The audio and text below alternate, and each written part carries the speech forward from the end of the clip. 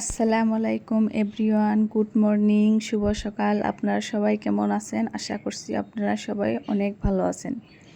আলহামদুলিল্লাহ, আল্লাহর রহমতে আমি আমার পরিবারকে নিয়ে অনেক ভালো আছি। আজকে আমি বানাবো চিংড়ি মাছের চপ। তো চলুন বন্ধুরা, কথা না বেরিয়ে ভিডিওটা শুরু করা যাক। এখানে আমি ছোট ছোট চিংড়ি মাছ নিয়েছি। চিংড়ি মাছগুলোকে আগে থেকে নুন, হলুদ এবং লঙ্কা গুঁড়ো দিয়ে ভেজে নিয়েছি। আর নিয়েছি 3টে পরিমাণে আলুগুলোকে ভালোভাবে ধুয়ে প্রেসার কুকারে দিয়ে দিলাম। একটু পরিমাণে পানিও দিয়ে দিলাম। এবার ঢাকনাটা লাগিয়ে গ্যাসের চুলায় সিদ্ধ হওয়ার জন্য বসিয়ে দিব। গ্যাসের চুলায় আলু 3টিকে সিদ্ধ হতে দিয়ে অন্যদিকে আমি একটা মিডিয়াম সাইজের পেঁয়াজও কুচি কুচি করে কেটে নিলাম। দেখুন বন্ধুরা, অনেক সুন্দরভাবে কুচি কুচি করে কেটে নিয়েছি। আর 4-5টা কাঁচা লঙ্কাও কেটে নিলাম।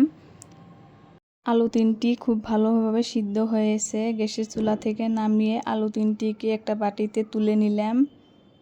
আলু 3টি একটু ঠান্ডা হলে আলুর গা থেকে খোসা ছাড়িয়ে নিব। 3টি আলুরই গা থেকে খোসা ছাড়িয়ে নিলাম। দেখুন বন্ধুরা, অনেক সুন্দরভাবে ছাড়িয়ে নিয়েছি পরিষ্কার করে। এবার আলু 3টিকে চপিং মেশিন দিয়ে চপ করে নিব। এভাবে সিদ্ধ আলুকে চপ করে নিলে কোনো গোটা গোটা ভাব থাকে না। 3টি আলুকে ভালোভাবে চপ করে নিলাম। দেখুন বন্ধুরা, এবার একটু হাত দিয়ে মেখে নিব। খুব ভালোভাবে মেখে নিলাম। অন্যদিকে একটা চুলায় কড়াই বসিয়ে দিলাম। কড়াইটাকে ভালোভাবে গরম করে নিব। কড়াইটা ভালোভাবে গরম করা হয়ে গেছে। এবার আমি একটু পরিমাণে সাদা তেল দিয়ে দিব। তেলটাকেও ভালোভাবে গরম করে নিব। তেলটা ভালোভাবে গরম হয়ে গেছে। এবার আমি কুচানো কাঁচা লঙ্কা দিয়ে দিলাম, কুচানো পেঁয়াজ দিয়ে দিলাম। দুটোকে একসাথে ভালোভাবে ভেজে নিব। এই সময় আমি আলুর পুরটাকেও দিয়ে দিলাম স্বাদমতো লবণ। রঙের জন্য 1/2 চা চামচ হলুদ গুঁড়ো দিয়ে দিলাম, 1/2 চা চামচ ধনে গুঁড়ো দিয়ে দিলাম, 1/2 চা চামচ গোলমরিচ গুঁড়ো দিয়ে দিলাম। মশলাগুলো দিয়ে ভালোভাবে আলুর পুরটাকে কষিয়ে নিব। দেখুন বন্ধুরা, কালারটাও চেঞ্জ হতে শুরু হয়েছে। 5 মিনিট ধরে হাই হিটে আমি আলুর পুরটাকে ভেজে নিলাম। ভাজা আমার কমপ্লিট হয়েছে। এবার আমি গ্যাসের চুলা থেকে নামিয়ে নিব। আলুর পুরটা গরম থাকা অবস্থায় আমি 1 চা চামচ লাইট সয়া সস দিয়ে দিব। সয়া সসটা দিলে স্মেলটাও দারুণ আসে। আর আপনারা আলুর পুরটাকে অনেক দিন পর্যন্ত স্টোর করে রাখতে পারবেন, খারাপ হবে না। সয়া সসটা দিয়ে ভালোভাবে খুন্তি দিয়ে নাড়াচাড়া করে মিশিয়ে নিলাম। আলুর পুরটা একটু ঠান্ডা হলেই ছোট ছোট লাড়ুর মতো লেচি কেটে নিব। একদম ছোট ছোট, যেভাবে আমরা লাড়ু বানাই সেভাবে 2 হাতে নিয়ে একটু রাউন্ড শেপ দিয়ে দিব।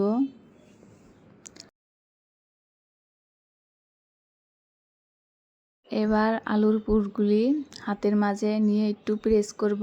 প্রেস করে চিংড়ি মাছ মাঝে দিয়ে 2 হাতে একটু শেপ দিয়ে নিব। যেভাবে আমরা চমচমের শেপ দেই, চমচম মিষ্টির মতো শেপ দিয়ে নিব। একে একে আমি সবগুলো আলুর পুর শেপ দিয়ে নিলাম।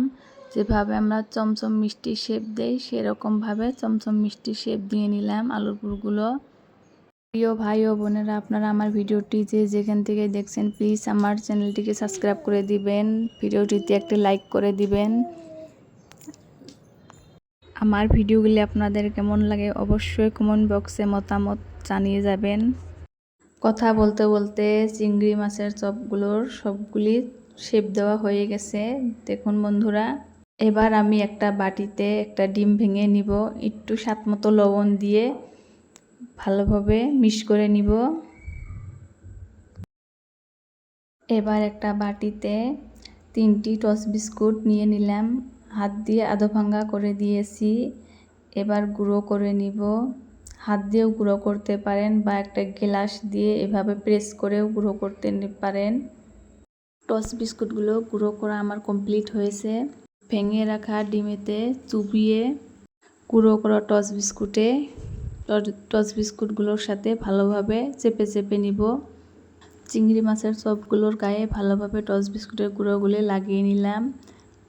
অনেক সুন্দরভাবে লাগিয়ে নিয়েছি। এবার আমি ফ্রিজে 10 মিনিটের মতো সেট হতে দিব। 10 মিনিট পর ফিরে আসলাম। ফ্রিজটা খুলে দেখি চিংড়ি মাছের চপের সাথে টস বিস্কুটের গুঁড়োগুলো ভালোভাবে সেট হয়ে গেছে। এইভাবে আপনারা চিংড়ি মাছের চপগুলো 1 সপ্তাহ পর্যন্ত স্টোর করে রাখতে পারেন ফ্রিজে। যখন ইচ্ছা হবে তখন ভেজে খেতে পারেন।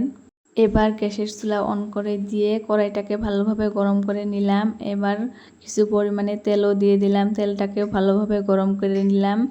বানিয়ে রাখা চিংড়ি মাছের চপগুলো একে একে করে ভালো করে সবগুলি দিয়ে দিলাম। এই সময় অবশ্যই গ্যাসের আঁচটা মিডিয়ামে রাখবেন। মিডিয়ামে রেখে এক পিঠ ভালো করে ভেজে নেবেন।